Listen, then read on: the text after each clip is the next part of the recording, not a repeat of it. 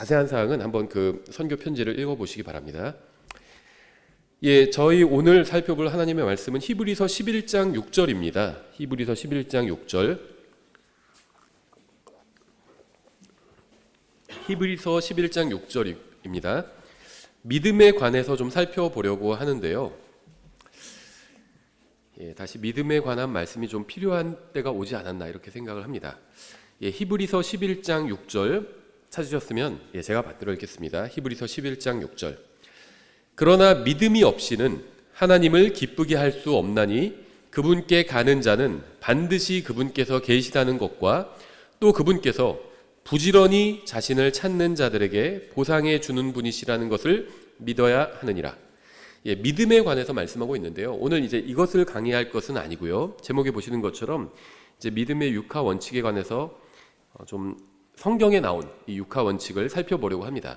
그래서 부제를 제가 생각해 봤는데요. 몰라도 되는 것과 꼭 알아야 하는 것들을 살펴보려고 합니다.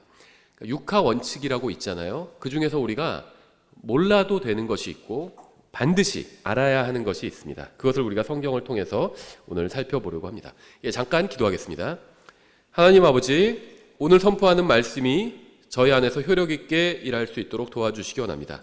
예수님의 이름으로 기도드렸습니다. 아멘. 우리는 모두 믿음을 가지고 있습니다. 오래전 저는 예수님을 믿고 구원받았습니다. 언젠가 저는 하늘나라에 갈 것이라고 또 믿습니다. 저는 과거에도 믿었고요. 또 미래에도 믿을 겁니다. 하나님을 믿고 하나님의 말씀을 믿고 예수님을 믿을 거예요. 저에게 과거에 필요한 것은 하나님의 말씀을 믿는 믿음이었고요. 지금 현재도 필요한 것은 또 주님의 말씀을 믿는 믿음이고 앞으로 미래에 필요한 것도 주님의 말씀을 믿는 믿음이라고 생각합니다. 과거를 돌이켜보면 아쉬운 게 굉장히 많았는데요. 특히 이제 믿고 나서의 어떤 제 신앙 여정을 돌아봐도 아쉬운 게 굉장히 많이 있습니다. 저는 예수님을 믿고 구원받은 지 34년 정도 됐는데요. 돌이켜보면 이제 부족한 것이 많았는데 가장 부족한 것은 믿음이었던 것 같아요. 그때 내가 하나님을 원망하거나 의심하지 말고 좀 더 정말 하나님의 말씀을 기록된 그대로 믿을 걸, 그게 가장 후회가 되더라고요. 저는 여러분에게 지금 당장 가장 필요한 것도 바로 믿음이라고 생각을 합니다. 아직 구원받지 않은 분이 있다면 자신이 하나님 앞에서 죄인이라는 사실을 믿고 인정하고 시인하고 예수 그리스도를 자신의 구원자로 믿음으로 받아들여야 합니다.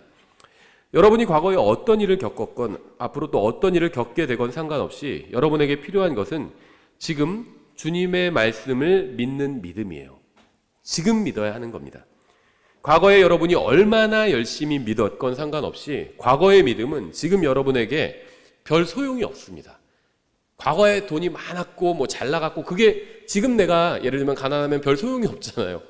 아니면 과거에 아주 맛있는 것을 먹었고 이게 지금 내가 굶고 있으면 또 소용이 없죠.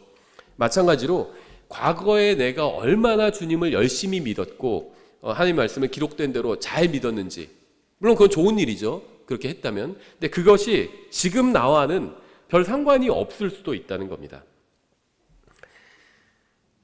과거의 믿음이 여러분을 구원받게 해 주었는지는 몰라도 지금 믿음이 없다면 여러분은 믿음으로 어려움을, 지금 현재 갖고 있는 어려움을 극복할 수가 없다는 겁니다.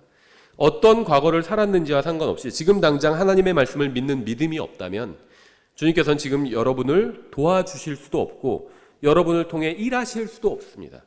왜냐하면 하나님은 하나님의 말씀을 믿는 믿음을 통해서 일하시거든요. 누군가 하나님의 말씀, 복음에 관한 말씀을 믿으면 그 사람을 구원해 주시는 거죠. 마찬가지로 내가 하나님의 말씀을 믿는 믿음을 통해서 하나님께서 일하십니다. 내가 믿지 않으면 하나님께서는 내 안에서 일하시지 않는 겁니다. 여러분이 지금 하나님의 말씀을 믿지 않는다면 하나님께서 여러분을 지금 도와주고 싶어도 도와주실 수가 없다는 겁니다. 우리가 제대로 된 글을 쓰려면 누가 왜 어디서 무엇을 언제 어떻게 했는지 이 육하 원칙의 근거에서 이제 글을 쓰게 되죠. 성경에도 이런 육하 원칙이 나옵니다. 하박국은 하나님께 왜라고 원인을 묻는 질문을 하는 것으로 시작합니다. 그러니까 고난을 당하고 있는데 대체 왜 우리가 이런 고난을 당하게 하시는 겁니까? 아니면 나쁜 사람들이 너무나도 잘 살고 있어요. 하나님, 왜 나쁜 사람들이 지금 잘 사는 겁니까? 이런 질문으로 하박국은 시작을 합니다. 하박국 1장 2절에부터 4절까지 제가 읽어볼 텐데요. 이렇게 되어 있습니다. 오 주여, 내가 부르짖어도 주께서 들으려 하지 아니하시기를 어느 때까지 하시리이까? 내가 폭력으로 말미암아 주께 외쳐도 주께서는 구원하려 하지 아니하시나이다. 어찌하여, 왜죠? 어찌하여 주께서 내게 불법을 보이시며 내가 학대를 보게 하시나이까? 노략과 폭력이 내 앞에 있사오니 곧 불화와 다툼을 일으키는 것이 있나이다. 그러므로 율법이 힘을 잃고 있으며 판단의 공의가 전혀 나아가지 못하나니 이는 사악한 자가 의로운 자를 에워싸므로 부당한 판단이 나오기 때문이니이다. 하박국이 주님께 질문을 하지만 주님께서는 1장이나 2장이나 3장에서도 답을 주지 않으십니다. 그러니까 하박국은 사악한 자들이 의로운 자들을 괴롭히고 있는데 대체 왜 이런 일이 일어나게 하시는 겁니까? 이런 일이 일어나는데 왜 주님께서는 가만히 계신 겁니까? 이렇게 주님께 질문을 드린 겁니다. 너무나도 당연한 질문이죠. 근데 주님께서는 1장, 2장, 3장이 지나도록 답을 주지 않으셨습니다. 하박국은 폭력과 노략과 불법과 불화와 다툼과 부당한 판단을 보았고 답을 알고 계신 주님께 왜 이런 일들이 벌어지는지를 물었습니다. 하지만 그는 답을 얻지 못했어요. 로마서 9장에도 비슷한 게 나오는데요. 로마서 9장 20절에 이렇게 되어 있습니다. 아니라 오 사람아, 내가 누구이기에 하나님께 대꾸하느냐? 지어진 것이 자기를 지은 이에게 어찌하여 나를 이렇게 만들었소? 하고 말하겠느냐? 우리도 그럴 때가 있죠. 하나님, 왜 제게 이런 일이 일어나게 하셨습니까? 왜 저를 이렇게 약하게 만드셨습니까? 이렇게 하나님께 항의할 때가 있죠. 어찌하여 나를 이렇게 만들었소? 하고 말하겠느냐? 토기장이가 같은 덩어리의 진흙으로 한 그릇을 만들어 존귀에 이르게 하고 다른 하나를 만들어 수치에 이르게 할 권력이 없겠느냐? 평생 담배도 피지 않고 술도 마시지 않았는데요. 또 열심히 운동하면서 살았는데 그런 사람이 암에 걸리기도 합니다. 또 평생 담배를 입에 물고 산 사람이 건강하게 살기도 합니다. 착한 사람이 불행한 일을 당하기도 하고요. 나쁜 사람이 번영하기도 합니다. 그래서 하나님께 도대체 이것이 어떻게 된 일인지 묻지만 주님께서 아무 답도 하지 않으십니다. 우리는 자신의 상황을 다른 사람의 상황과 비교하면서 나에게는 나쁜 일만 일어나는데 저 사람에게는 왜 좋은 일만 일어나는지 의아할 때도 있어요. 그렇죠? 우리는 하나님께서 도대체 왜 선한 사람이 불의의 사고로 일찍 죽게 하시고 나쁜 사람은 오랫동안 잘 먹고 잘 살게 하시는 것인지 이해가 되지 않을 때도 있습니다. 하지만 그럴 때마다 우리가 잊지 말아야 될 사실이 있어요. 하나님께서는 우리의 질문에 답하실 의무가 없다는 겁니다. 그러니까 이제 부당해 보이는, 부조리라고 하죠. 부조리해 보이는 일들이 일어나는 건 사실이에요. 그래서 이 일이 세상에서 일어나기도 하고 또 나 자신에게 일어나기도 합니다. 그럴 때 우리는 질문을 한다는 거죠. 하나님께 도대체 왜 이런 일이 일어나는 겁니까? 하고 묻는데 일단 하나님께서는 답을 알고 계시지만 우리에게 답을 하셔야 될 의무는 없다는 겁니다. 많은 사람이 믿음으로 살지 못하는 이유는 마치 자신이 심판자가 되어서 하나님께서 왜 그렇게 하셨는지 심판하려 들기 때문이에요. 이게 이제 믿음으로 사는데 실패하는 이유입니다. 자기가 하나님께 물어요. 막, 아니, 왜 이렇게 하셨어요? 그때 뭐 하셨어요? 그때 왜 이렇게 안 하셨어요? 그때 왜 또 이렇게 하셨어요? 마치 형사가 아니면 검사가 막 취조하듯이 피의자를 그렇게 하나님을 취조하는 거예요. 그건 믿음으로 사는 게 아닙니다. 우리한테 그럴 권한이 없고요. 하나님은 우리의 질문에 답하셔야 될 의무가 없어요. 우선 나쁜 짓을 하다가 걸리신 게 아니거든요. 이런 태도로는 결코 믿음으로 살지도 못하고 믿음이 성장할 수도 없어요. 하나님께서는 우리에게 아무것도 빚진 게 없습니다. 이건 분명해요. 그렇죠? 우리가 무엇을 하나님께 요구할 권리도 없어요. 하나님, 제가 이거 있으니까 하나님 이거 하셔야 됩니다. 이렇게 할 권리가 없다는 겁니다. 하나님께는 우리에게 무엇인가를 꼭 해주셔야 할 의무도 없어요.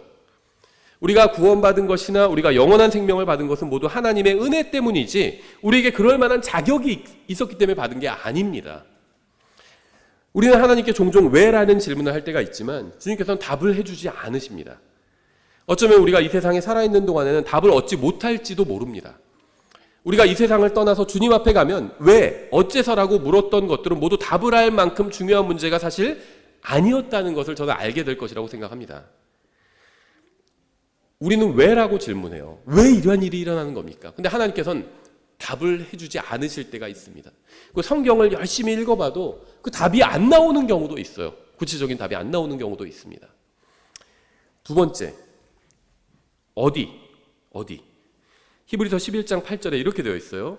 믿음으로 아브라함은 부르심을 받아 훗날 상속재산으로 받게 될 곳으로 나아가면서 순종하였고 자기가 어디로 가는지 알지 못한 채 나갔으며, 아브라함은 하나님을 믿고 신뢰해서 그분의 말씀에 순종하며 살았습니다. 그는 주님의 길로 걸으면서 주님께서 말씀하신 그대로 행하며 살았어요. 그는 주님의 말씀대로 길을 떠났지만 자신이 어디로 가는지도 몰랐습니다. 자신이 가야 할 길이 먼 길인지 가까운 길인지도 아무것도 몰랐어요. 그냥 떠나라고 하니까 떠난 겁니다. 어디를 몰랐어요. 10절, 이는 그가 기초들이 있는 한 도시를 바랐기 때문이라. 그것의 건축자와 만드신 분은 하나님이시니라. 아브라함은 자신이 가야 할 도시가 어디에 있는 어떤 도시인지 전혀 몰랐습니다. 13절, 이들은 다 믿음 안에서 죽었고 약속하신 것들을 받지 못하였으나 멀리서 그것들을 보고 확신하며 끌어안았고 또 땅에서는 자기들이 나그네와 순례자임을 고백하였으니, 아브라함은 무엇인지 잘 알지도 못하는 것을 찾기 위해 평생 살았습니다. 그는 죽을 때까지 찾던 것을 찾지 못했어요. 그는 자신이 찾는 것이 무엇인지 어디에 있는지도 몰랐지만 하나님께서 자신을 그곳으로 인도해 주실 것을 믿었습니다. 하박국 1장에서 믿는 사람들이 왜, 어째서, 어떤 일이 일어난지 그 이유를 모르는 장면이 나오죠. 그래서 하나님께 묻죠, 하박국이. 로마서 9장에서도 믿는 사람은 도대체 주님께서 왜 그렇게 하시는지 이유를 모르는 장면이 나와요. 주님 어찌하여 나를 이렇게 만들었습니까? 이렇게 묻는 장면이 나오죠. 히브리서 11장에서는 믿는 사람이 자신이 가야 할 곳이 어디인지 그 장소를 모르는 장면이 나옵니다. 어디로 가는지 몰랐어요, 아브라함은 믿음으로 걸었지만 자신이 어디까지 걸어가야 하는지, 자신이 가는 곳이 어디인지 장소를 알지는 못했습니다. 저는 제가 성경을 가지고 있다는 사실로 인해서 주님께 정말 감사를 드립니다. 만일 주님께서 이 세상에 오셔서 우리 교회 강단에서 설교를 하신다면 어떨까요? 주님께서 직접 성경 공부를 인도해 주신다면 여러분 어떤 질문을 하실까요? 성경 공부할 때 끝나고 질문할 수도 있잖아요. 근데 만약에 질문할 기회가 여러분에게 생긴다면 주님께 직접 무엇을 물어보고 싶으시세요? 요한복음 13장 6절 이렇게 되어 있어요. 그때 그분께서 시몬 베드로에게 다가가시니 베드로가 그분께 말하되 주여, 주께서 내 발을 씻기시나이까? 베드로는 주님과 함께 있으면서 주님께 질문을 했습니다. 근데 주님께서 왜 내 발을 씻기시는지 물었죠. 하며 예수님께서 그에게 대답하여 이르시되 내가 하는 것을, 무엇이죠? 내가 하는 것을 내가 지금은 알지 못하나 이후에는 알리라 하시니, 여기서 주님과 베드로는 서로 얼굴과 얼굴을 맞대고 마주보고 있습니다. 주님께서는 베드로의 발을 씻어주시자 베드로는 주님께 지금 무엇을 하시느냐고, 왜 내 발을 씻으십니까? 대체 무슨 일을 하고 계신 것입니까? 무슨 이유가 있어서 하실 텐데 이게 도대체 무슨 일인지 주님께서 하시는 행동의 의미를 물었죠. 그러자 주님께서는 네가 지금은 알지 못한다고 말씀을 하셨습니다.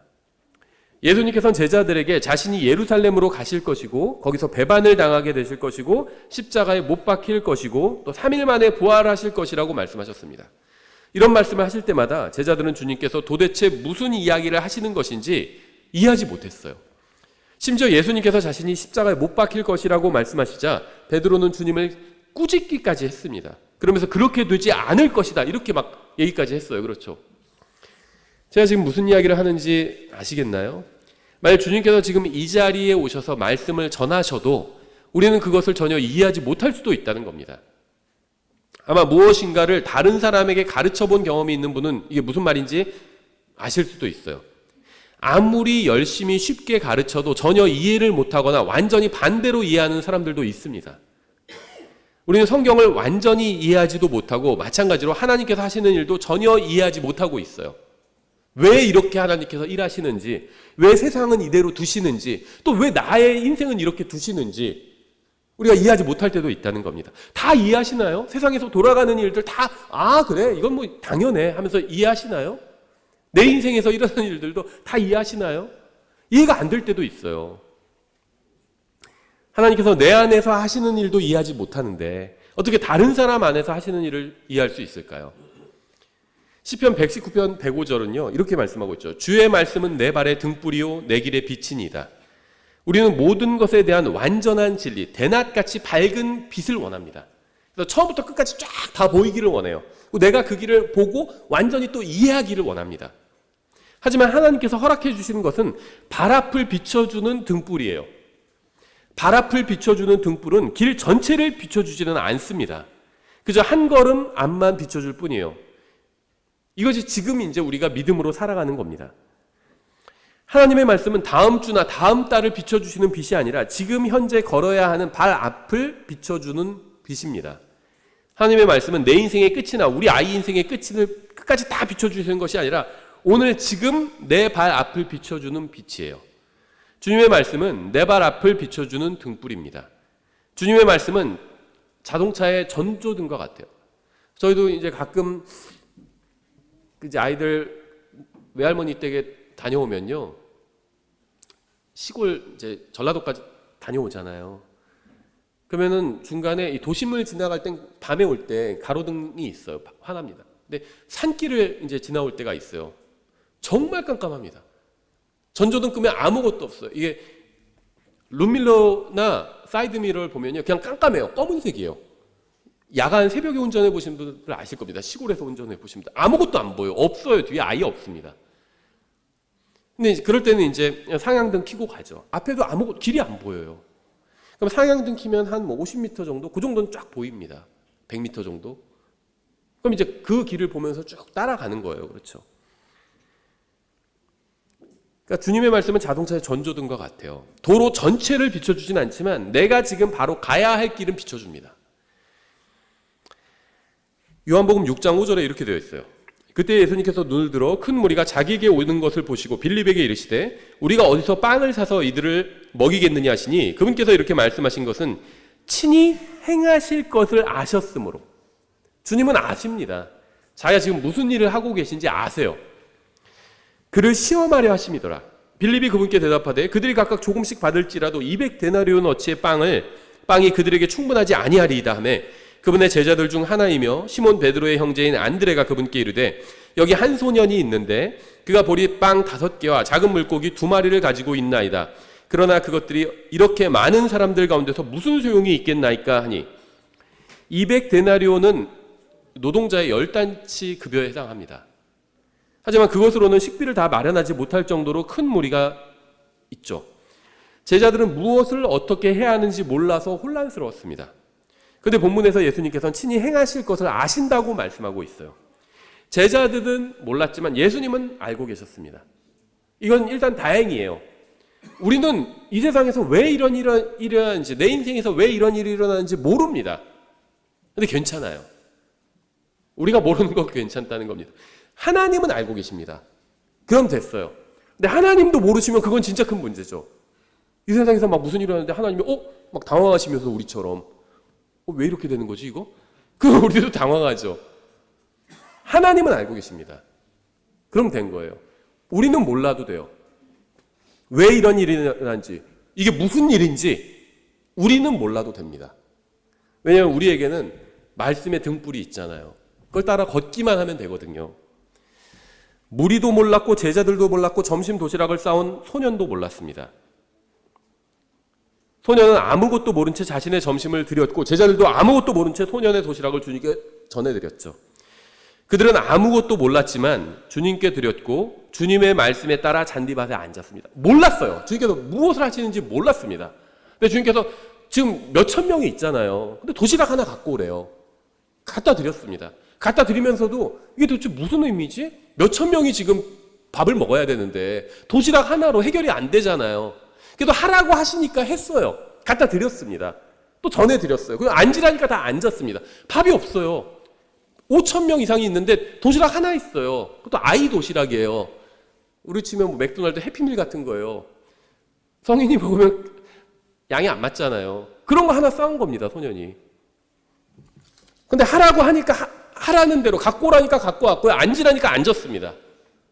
그 말씀에 순종해서 따랐습니다. 성경을 보면 이렇게 믿는 사람들이 왜 그런지 이유를 모르고 어디로 가는지 장소도 모르고 무엇을 해야 하는지도 모르는 장면이 종종 나옵니다. 사람들이 이러한 것들을 모른다고 해서 문제가 된 적은 한 번도 없어요. 지금 5천 명을 먹이신 이 장면에서 문제된 게 있나요? 사람들은 몰랐어요. 왜 이렇게 하시는지, 왜 도시락 갖고 오라고 하시는지, 여기 도대체 왜 앉으라고 하시는지, 배고파 죽겠는데 어디 먹을 거 구하러 가지도 않고 왜 그냥 뭐 해라, 앉아라, 도시락 갖고 와라, 왜 이렇게만 말씀하셨는지 사람들은 몰랐습니다. 근데 주님은 다 아셨다고 그랬죠.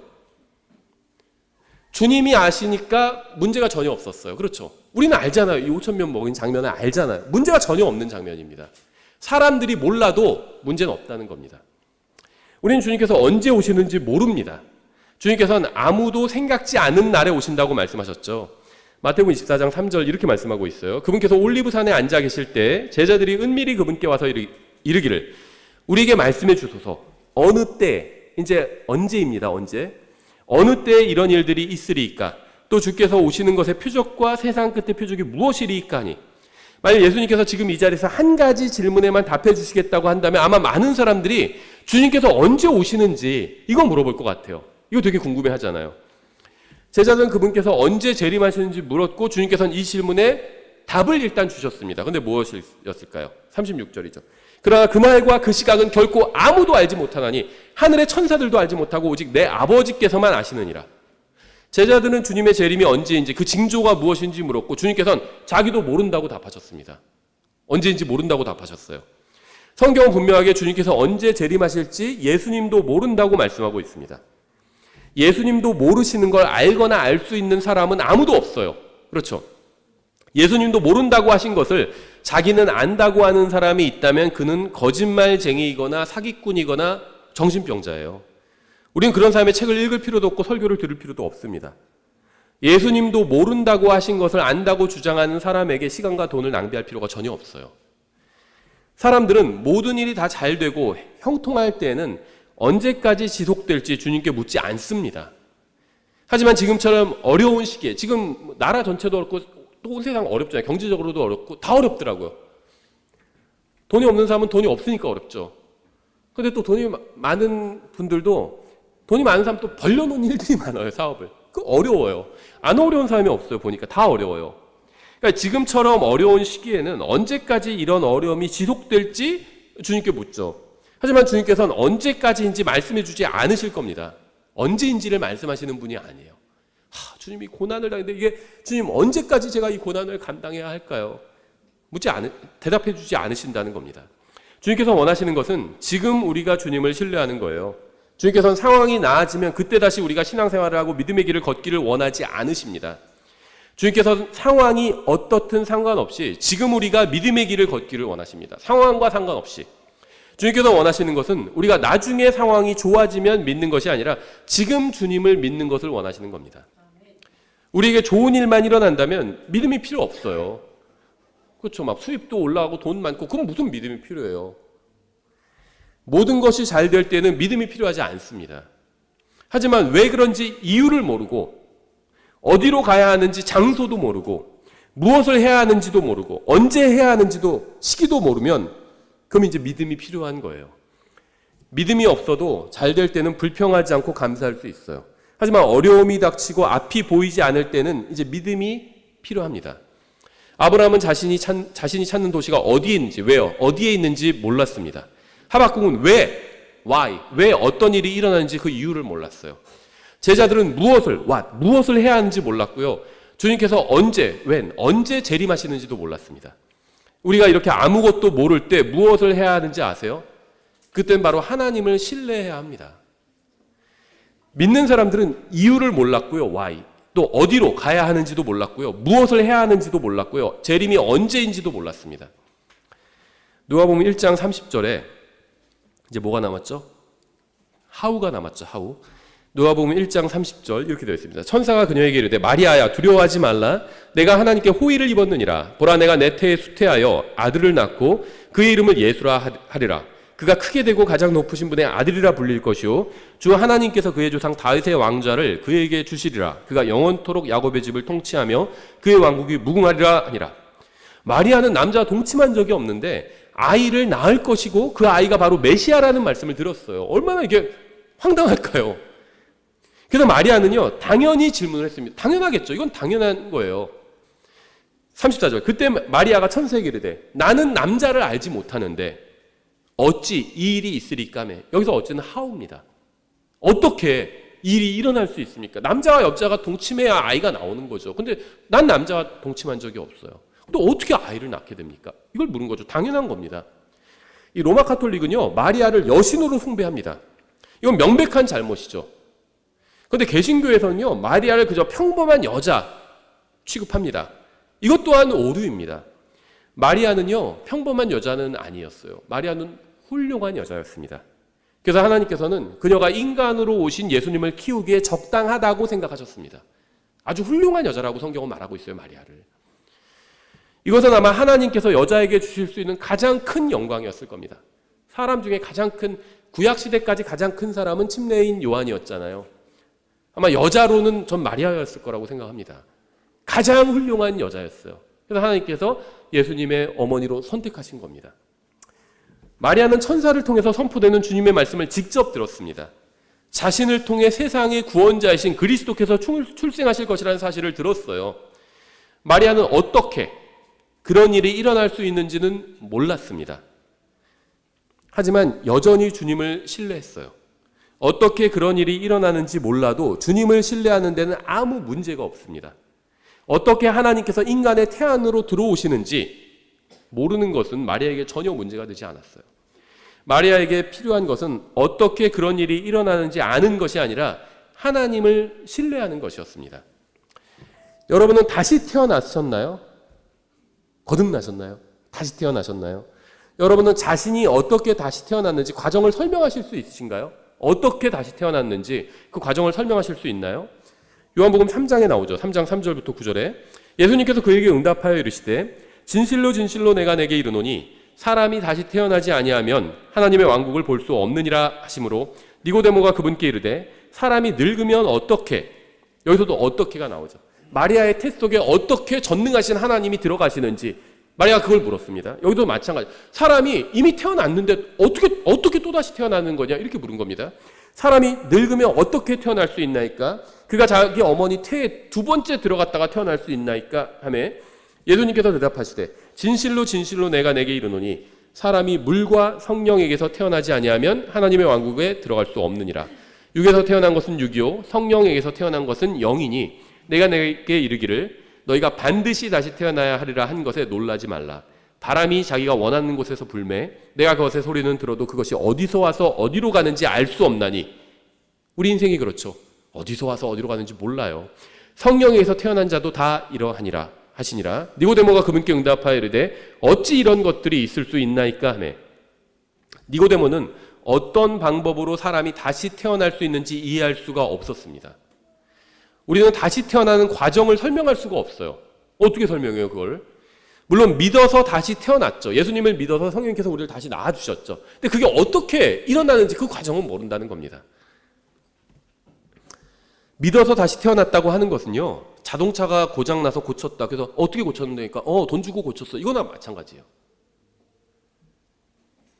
연료 펌프 장치가 무슨 고장이 났는데 그걸 어떻게 고쳤어? 이렇게 물으니까 그러면 그 과정을 설명해야 되잖아요. 연료 펌프 장치를 어떻게 고쳤고 무슨 어떻게 되었었는데 뭐가 문제여서 어떻게 고쳤고 이렇게 설명해야 되는데 돈 주고 고쳤어. 이렇게 얘기하는 거나 똑같아요.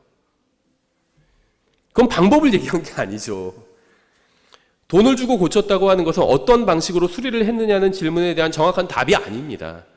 마찬가지로 믿어서 다시 태어났다고 하는 것은 어떤 방법으로 다시 태어났는지에 대한 설명이 아니에요. 우리는 우리가 다시 태어난 근거를 성경에서 찾을 수는 있지만 그 과정을 설명할 수는 없어요. 성령님께서 하셨는데 이걸 어떤 과정으로 다시 사람을 새로운 창조물로 만드셨는지 알 수가 없습니다. 다시 태어났다는 사실을 말할 수는 있지만 그 과정을 설명할 수가 없어요. 그렇죠. 그래서 거듭남에 관한 성경의 교리를 설명할 수는 있지만 과정을 설명할 수가 없습니다.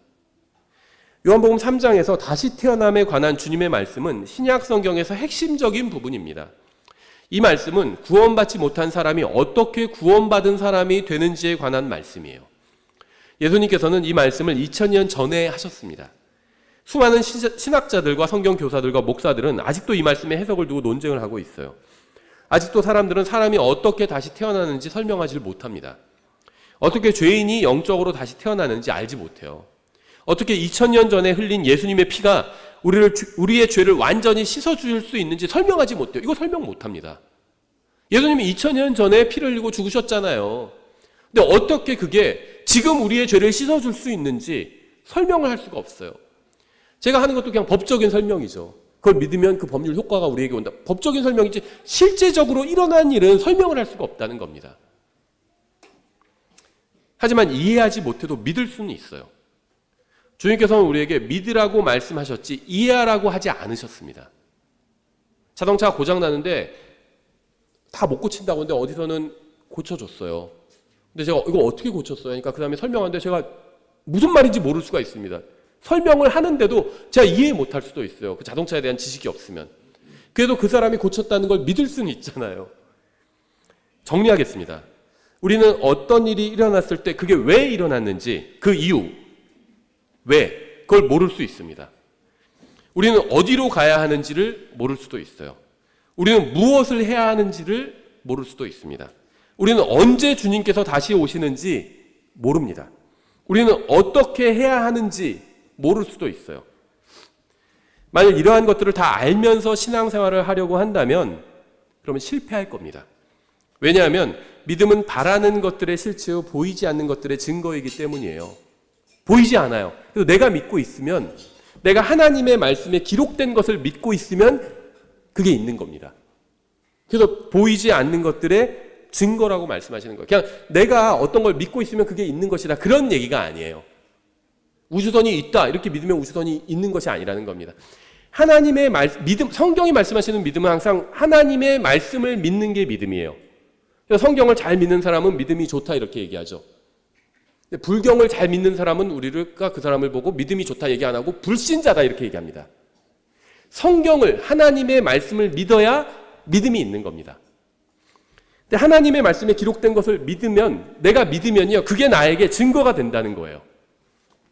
우리는 왜인지, 어디인지, 무엇인지, 언제인지, 어떻게인지 알면서 신앙생활을 하고 싶어 해요.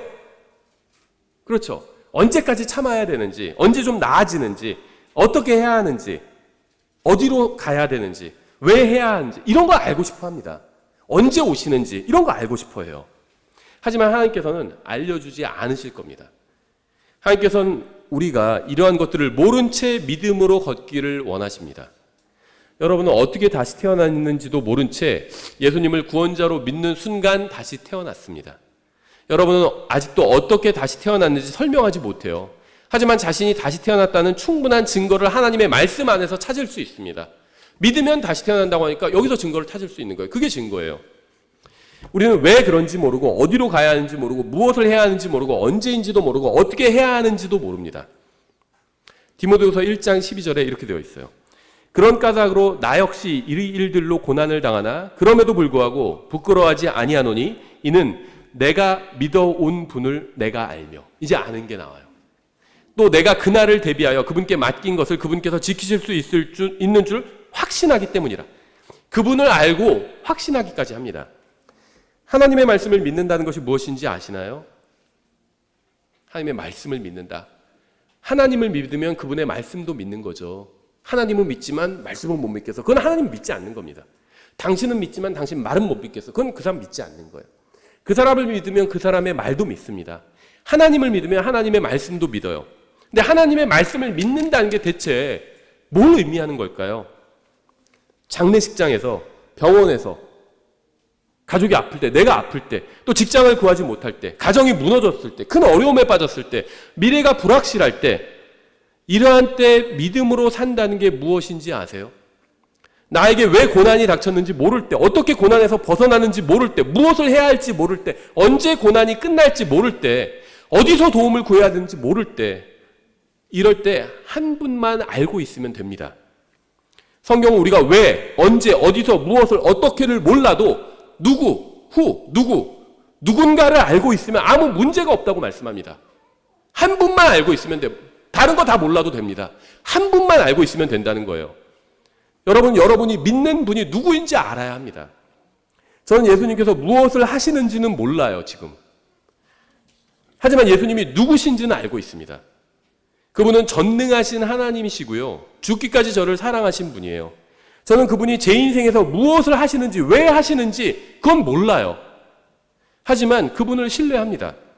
저는 예수님이 언제 다시 오시는지 모르지만 거짓말하지 않는 분이시고 말씀하신 대로 언제가 반드시 다시 오신다고 믿습니다.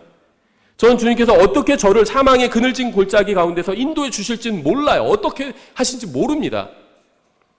하지만 주님의 막대기와 지팡이로 저를 인도해 주실 거라고 믿습니다. 저는 10년 후나 20년 후나 30년 후에 제가 어디에 있게 될지 모르지만 누가 항상 저와 함께 계실지는 알고 있습니다. 30년 후에도 제가 이 세상에 있을지 아니면 이 세상을 떠나 있을지 몰라요. 어디에 있을지 모릅니다.